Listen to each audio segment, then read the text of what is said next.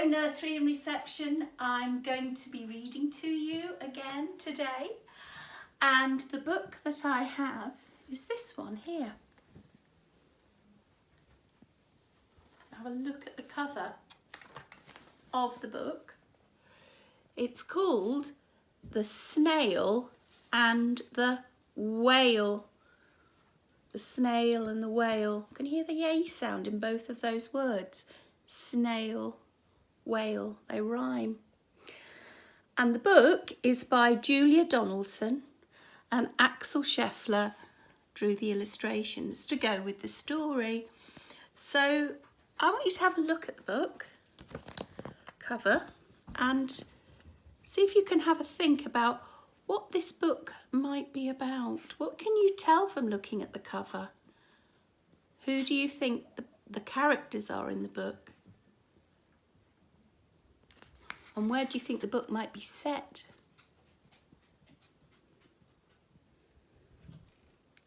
What sort of questions have you got about what might happen in this story? What would you like to find out about in this story?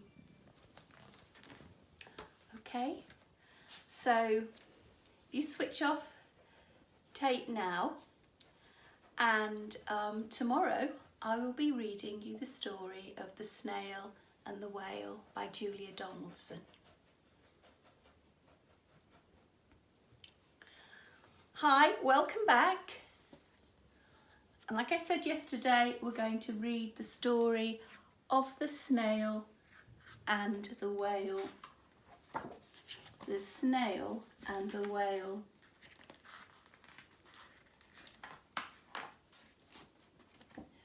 This is the tale of a tiny snail and a great big grey-blue humpback whale. This is a rock as black as soot, and this is a snail with an itchy foot. The sea snail slithered all over the rock and gazed at the sea and the ships in the dock. And as she gazed, she sniffed and sighed. The sea is deep and the world is wide. How I long to sail, said the tiny snail. These are the other snails in the flock, who all stuck tight to the smooth black rock, and said to the snail with the itchy foot, "Be quiet, don't wriggle, sit still, stay put." But the tiny sea snail sighed and sniffed, then cried, "I've got it, I'll hitch a lift." This is the trail of the tiny snail, a slithery trail that looped and curled and said, "Lift wanted around the world." This is the whale who came one night when the tide was high and the stars were bright, a humpback whale, immensely long, who sang to the snail a wonderful song of shimmering ice and coral caves and shooting stars and enormous waves. And this is the tale of the humpback whale. He held it out of the starlit sea and said to the snail, "Come sail with me." This is the sea, so wild and free, that carried the whale and the snail his tail to towering icebergs and far-off lands, with fiery mountains and golden sands.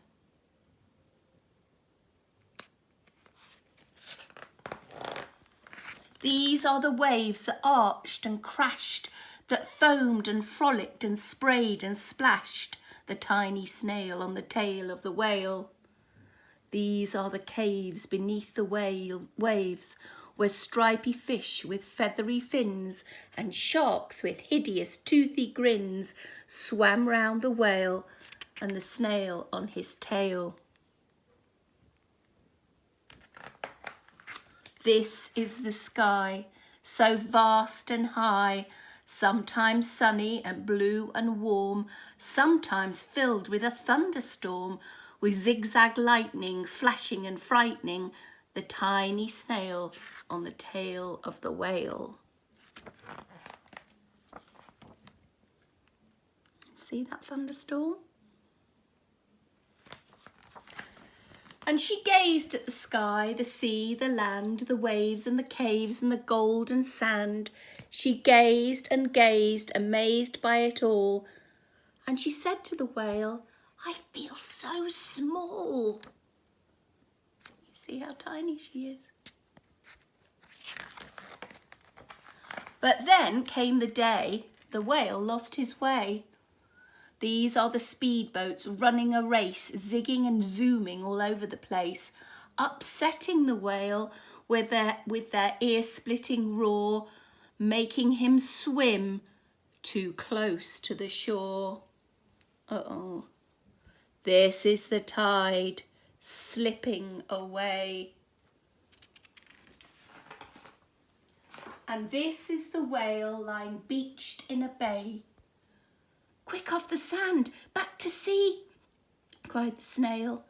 I can't move on land, I'm too big, moaned the whale. The snail felt helpless and terribly small. Then I've got it, she cried, and started to crawl. I must not fail, said the tiny snail.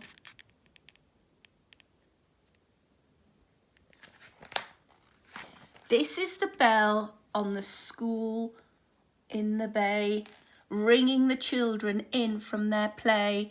This is the teacher holding her chalk, telling the class, sit straight, don't talk. This is the board as black as soot, and this is the snail with the itchy foot. A snail? A snail? The teacher turns pale. Look, said the children, it's leaving a trail. This is the trail of the tiny snail, a silvery trail saying, save the whale. These are the children running from school, fetching the fireman, digging a pool, squirting and spraying to keep the whale cool.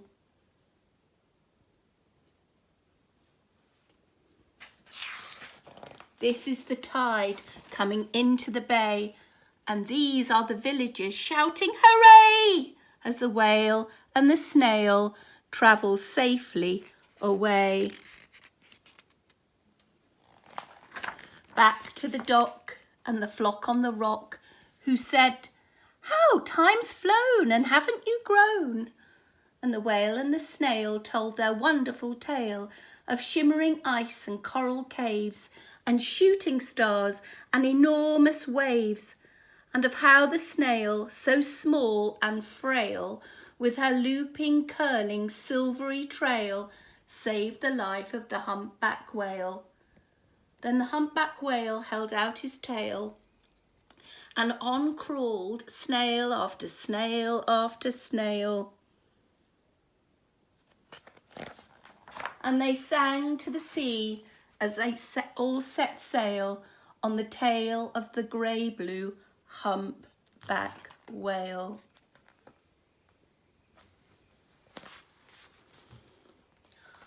I think that is such a lovely story, because the snail and the whale go and visit all these exciting places together, very different places. So I hope you enjoyed that, and I'll see you again soon. Bye bye.